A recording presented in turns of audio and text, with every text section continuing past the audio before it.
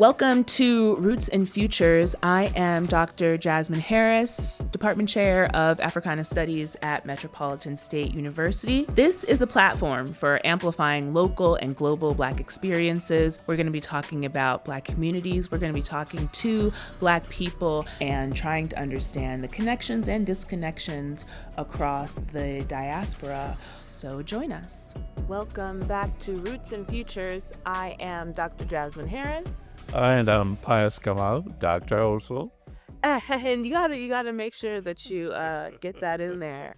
Today we're going to talk about the Voting Rights Act and the Supreme Court decision around it. Yeah, in connection to the Supreme Court, but also in addition to the scramble that seems to be taking place, especially in the old Confederate states, the so-called red states. Right, absolutely. I mean, we saw almost immediately post Supreme Court decision states halt elections, states introduce these maps that would take majority Democratic districts and shift them. And what's amazing to me is that people are so open about it. There was a time in the past when Black voters were kept away, but in a surreptitious sort of way, sort of underhanded. But now everything is out in the open. It's almost as if you're saying democracy is now prescribed against black people. Well, I mean, I think we can't have this conversation without talking about the election of Donald Trump, right? And absolutely, that precipitates all of this. His election in 2016 leads to 2 appointees to the Supreme Court. Three. That's three. Right. And that is how we've ended up with the 6-3 conservative court. And so it's not just that he was allowed to choose 3 of the current Supreme Court justices in the last decade. It's also that his re-election in 2024, I think, gave folks permission to go back to that overt racism. And the Supreme Court's continuous support of his initiatives, his executive orders, those sorts of things, I think is just sort of buoying that sentiment of we don't have to be covertly racist anymore. We don't have to bake it into institutional structures, right? We can be outwardly racist and clear about our racist intentions, while also simultaneously, which I think is really interesting, while also simultaneously saying we're not racist, right? I think that the conservative message has really overtaken public discourse, which is for white people to say everything's not racism, we're not racist simply because we follow Donald Trump. We just hate illegal aliens, want to get rid of DEI, want to change the Voting Rights Act because we believe fundamentally that Black and brown people in this country have been getting more than they deserve, and that allows us to be. That is the message behind it all. But then I think we have to go back to when Trump was running. The one thing about this man, and whether you like it, don't like it, is that he's very open.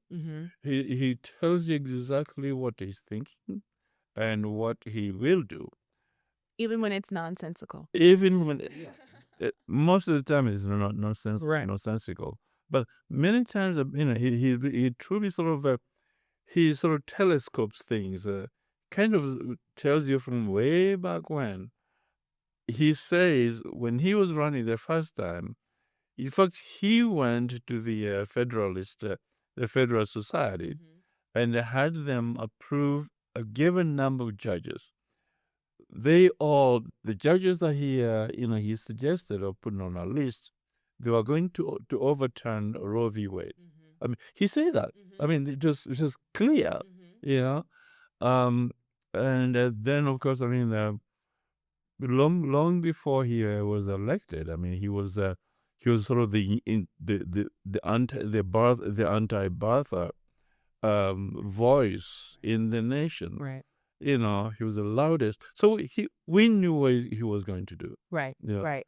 But I think that people have allowed themselves a certain amount of cognitive dissonance, right? Where they hear him saying those things and they say, that's not exactly what he means, right? He just talks off the cuff. So he benefits from that openness, even the like nonsensical openness, because people take what he says in jest because that's easier than actually considering the long-term ramifications of him enacting some of the ideas and policies that he talks about. And I think there's lots of criticism, I suppose, to be made of Joe Biden, but one of the things that he did do in the last years of his first Mhm. The of president. his presidency was to get a lot of judges at the federal and state levels sat before his term ended that could act in some ways as, buttresses against this work. They're slowing him down. They're not stopping. Yeah. Well, I agree. I mean, I agree with you. But this is something that should have been begun to be done 20 years ago. I mean, somehow we're kind of mentally sort of lazy lazy thinkers.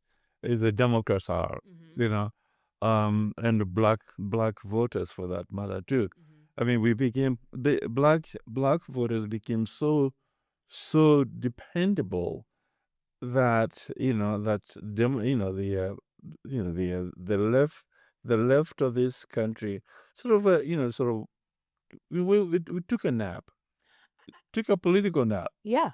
And this is not a criticism of him, but I would say that Obama lulled us all to sleep in that way, right? That the calmness with which he executed 2 terms of presidency as a Black man, right? Yeah.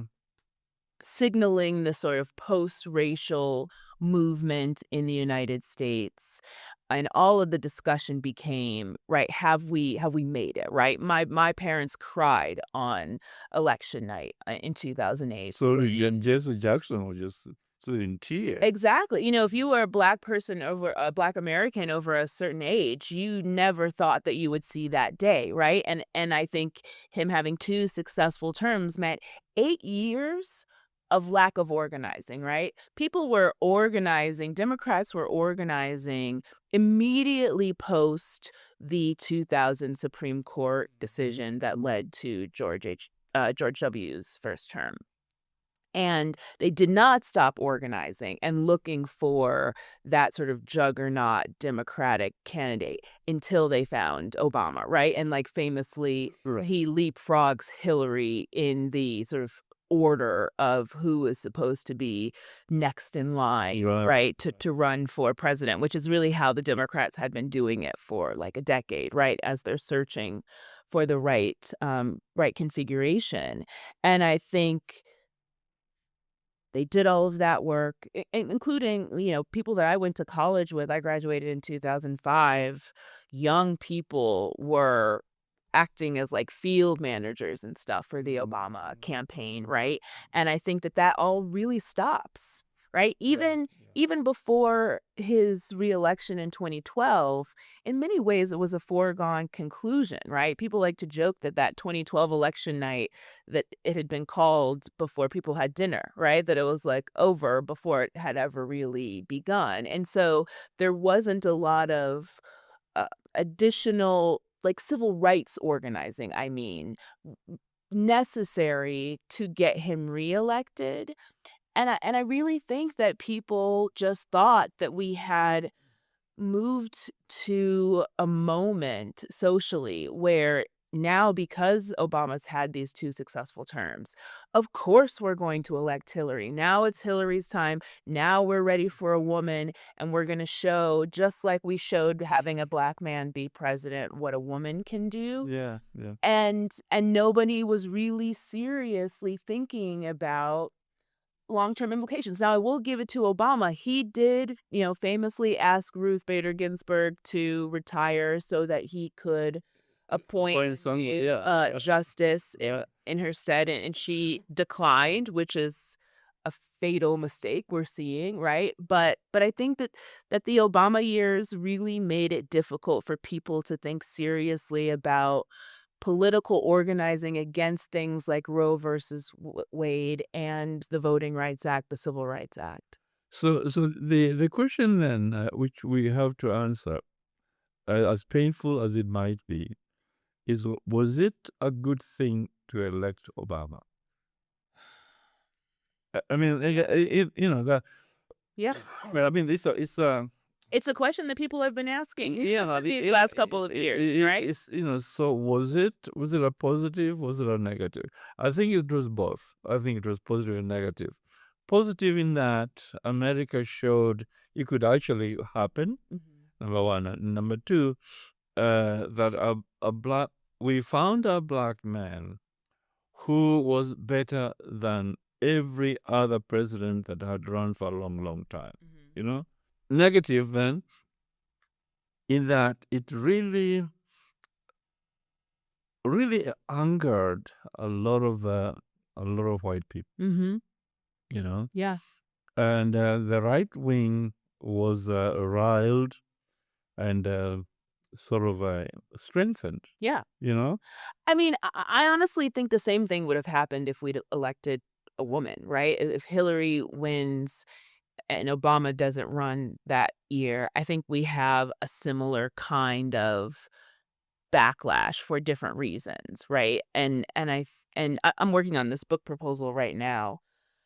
And the book is about why and how conservatives have targeted higher education, over the last 50 years, culminating with what Trump is doing now and the rising cost of school and this discourse around young people in terms of the value of a college education, relative to the job market. And I bring that up because in my research, it's very clear that conservatives have been trying to divest Black people from higher education for a long time, right? And Barack Obama is an example of the reason why. This is what happens when you let Black people go to Harvard and, work at Yale and be senators and stuff. This is how we get there. And so what we have to do in response is make racism okay again so that we can systematically dismantle every support, every, initiative, organization, institution that has been put in place since Brown versus Board of Education to support a Black student's rise to potentially be the president of the United States, right? Because before 1954, right, the passing of Brown versus Board of Education, it wasn't just that a Black person couldn't become the president of the United States. because white people didn't like black people, right? It was because there was no set of mechanisms that would elevate a black person from where they were to a political position that would allow for even, running for president. Although it's kind of interesting in that the people who support Trump, Mhm. uh, the majority of them are people that haven't gone to college, Right. which is kind of interesting. Right. It's interesting that people who are educated, white people who are educated, Mhm. actually support changes in the political Right. system. Right. Um, so that's an interesting fact, I think, factoid. Um, and then of course, I mean, I come around to the fact that we cannot we the civil rights struggle should never have stopped. Right. This is an ongoing struggle, and when people sort of stop um, advocating and fighting for Mhm. it, it means is going to be neutralized or go back. Right. Right. You know. So in other words, good things happened during Obama and before Obama for Obama to become a president.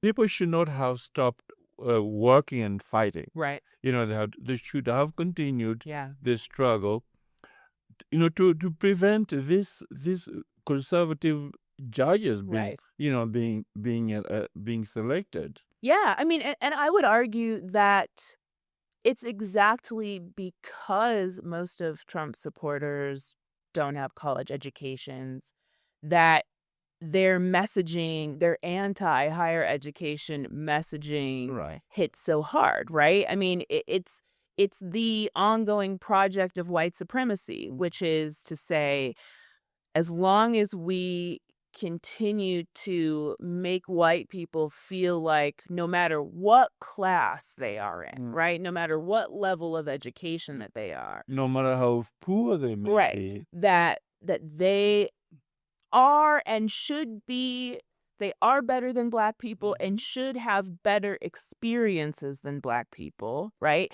Then you can use somebody like Obama as this sort of centralizing villain, right? It's that guy, he got to be president and he can't be smarter or better than Joe Schmo living in Oxford, Mississippi, right? Who didn't get into Ole Miss Yeah. when he was in high school, and if that's the case, if you can get people to believe that and simultaneously lull liberals to sleep in terms of the necessity of the continuation of civil rights movements, then you get where we are right now, right? Which is where it feels like all of a sudden the conservative ideology is sort of overtaking public discourse in a way that we haven't seen in this country in 50 years. Yeah, and but here once again, I think is the dynamics of this nation, that whenever somebody gains power, if somebody else is trying to overthrow them.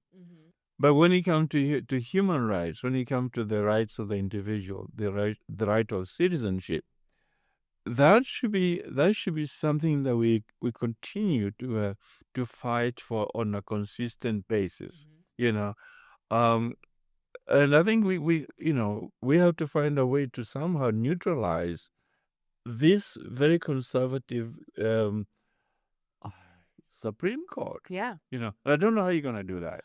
Well, It- and some of the problem, right, is that I think that for those of us who took civics, because they don't really even teach that anymore, we were trained to believe that the system of checks and balances in the American democracy was always going to make these things impossible, right? And so I think that's one of the reasons why, to the point we were talking about earlier about civil rights movement sort of stopping and the sort of lulling to sleep of the liberal public, why wasn't Roe versus Wade ever codified? Oh, Right? yeah, You know, yeah. why wasn't the Voting Rights Act codified state to state, right? And what do you answer for that? Well, I think that it has to do with our sort of belief in the system of checks and balances. The Supreme Court makes a decision, right? And then everyone's supposed to follow, even though we know, even with Brown versus Board of Education, right, that the Supreme Court made a decision and then states used state power to try to block those decisions as much as possible. In Arkansas, where my mother's family is from, and they moved from Little Rock during this year, right? There was a full year that there was no school in the state. They call it the lost year. Was the year after Little Rock Central was integrated, because the governor would rather there not be school for anybody than continue the integration process. So we know that there is this pattern of usually conservative governments, right, trying to circumvent Supreme Court laws. And I think that the conservative focus on Roe versus Wade and the Voting Rights Act should have inspired, and I know these conversations sort of happened sporadically over the last decade or so, but really should have inspired a path towards codifying these things so that we don't have to worry about now this conservative Supreme Court being allowed to roll back our civil liberties. Yeah, and I mean, there are so many things that are going to be to be undone. You know, for example, people with the same sex, getting getting the right to marry. Mhm. Clarence Thomas, I mean, I say that. I mean, Yeah. He that wants that to go back up. yeah, that should go back. Yeah. The the right to have an education, that most likely is going to be, I think, there's so many things that that can be that can be reversed, Well, and that's the shame. that's the scary part too, though, right? Is that we're gonna reverse ourselves back to Plessy v. Ferguson, Yeah, right? absolutely. Separate but equal, and Right. people are gonna justify that by saying, well, everyone, just will be better if we're back separate again, right? We're gonna be a segregated society in a decade if we keep going in this direction. What do you think? What do you foresee happening when all the red states somehow uh, sort of nullify the black voter? Yeah. What can you see happening? Well, first, Hmm. I think that we need to go back to ground level organizing around civil rights and to start thinking about it again as this 20-year project, Mm. right? Mm. Not something that's reactive and piecemeal to what's happening with conservatives. That's really the difference between Republicans and Democrats, right? Is like thinking about Project 2025 and all of this, like they have been thinking about this moment for 20 years at least, right? Um, and definitely since the election of Barack Obama. And so I think we need to think about it as this sort of long-term targeted effort to get some of these rights back, right? That are being taken from us. Because I think that this is an attempt to reshape not just the midterm elections, but the presidential elections in 2028. Absolutely. And if that is allowed to happen, we may be setting ourselves up for extensive Republican rule, right? But Depending uh, on the Electoral College. I think Trump has that at the back of his mind. You know, he is not just a Republican, but he wants a MAGA. Right. He wants a long-term MAGA rule. Yeah. And that's the whole idea Yeah. behind Well, behind in this Voting Rights Act decision and the subsequent changes to state elections and election maps, right? Louisiana almost immediately post response halts an election that's already in progress, Exactly. right? To redraw maps. So there's also this very scary precedent that's being set in terms of when elections are able to be sort of meddled with and changed and for what reason and why. And I think that is also very dangerous to the civil liberties of marginalized people in this country because they're going to do a lot to try to keep us from voting. I think the only hope that we have is that the 70% of the population that doesn't vote has been paying attention, and some of those people come out in protest against what's been happening that normally would not vote. Much like what happened in 2020, right? We saw people vote that didn't usually vote because of what was going on with COVID and how the Trump administration was handling that, I believe. But No, I was just thinking to the kind of candidates that the Democrats are going to field. that's a problem too.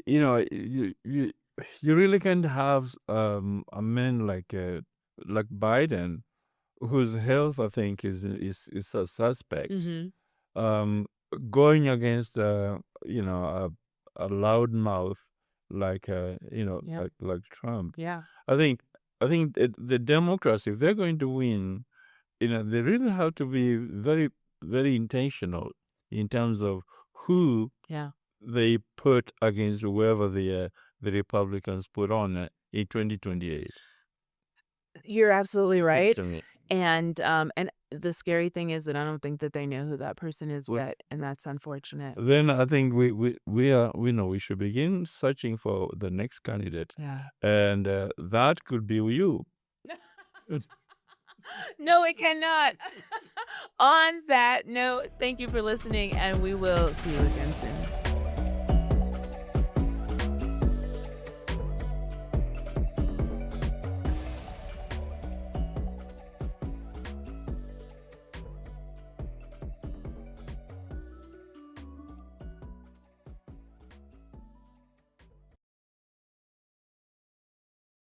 This podcast is powered by The Plug.